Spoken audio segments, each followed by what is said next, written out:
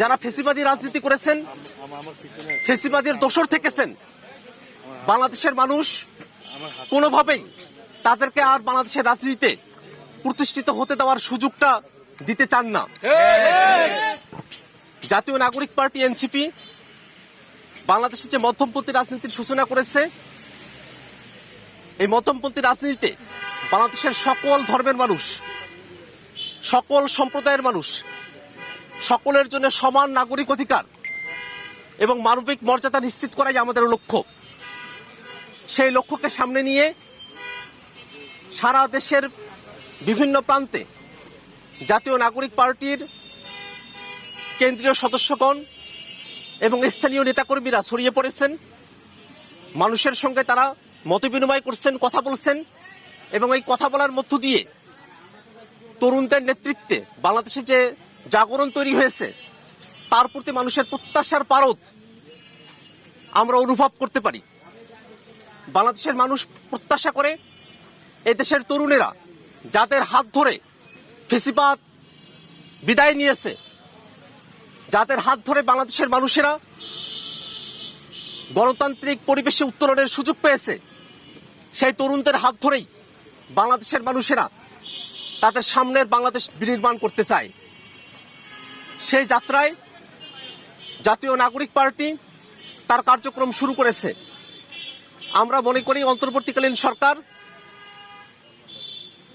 সংস্কার এবং বিচার কার্যক্রমের দৃশ্যমান অগ্রগতি নিশ্চিত করার ভিতর দিয়ে নির্বাচনের দিকে অগ্রসর হবে এবং নির্বাচনের ক্ষেত্রে অবশ্যই গণপরিষদ নির্বাচনের বাস্তবতা রয়েছে।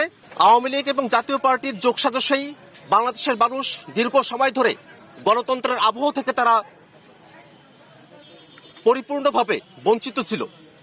বাংলাদেশের মানুষ দীর্ঘ সময় ধরে যে ফেসিবাদের জাতাকলে পিষ্ট ছিল, তার পিছনে সব থেকে বড় শক্তি ছিল এই আওয়ামী লীগ এবং জাতীয় পার্টি।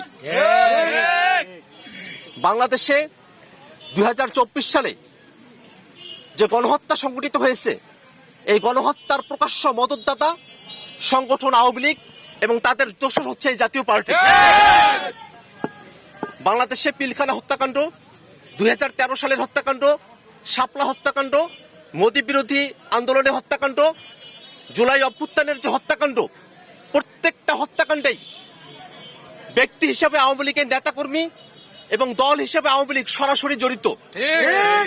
যারা গণহত্যার আঞ্জাম দেয়, যারা বাংলাদেশের মানুষের উপরে মানবতা বিরোধী অপরাধ চাপিয়ে দেয়, যারা বাংলাদেশের গণতন্ত্রকে লুণ্ঠন করে নিয়ে গেছে, এই শক্তি কোনোভাবেই গণতন্ত্রের পক্ষের শক্তি নয় এবং গণতন্ত্রকামী কোনো মানুষ এবং গণতন্ত্রকামী কোনো দেশ কোনোভাবেই কোনো ফেসিবাদী শক্তিকে তাদের দেশে রাজনীতি করতে দেওয়ার অধিকার দেয় না। সে জায়গা থেকে আমরা মনে করি কোন ফেসিবাদী শক্তি ইনক্লুসিভ ইলেকশনের প্রয়োজনীয় উপাদান হতে পারে না।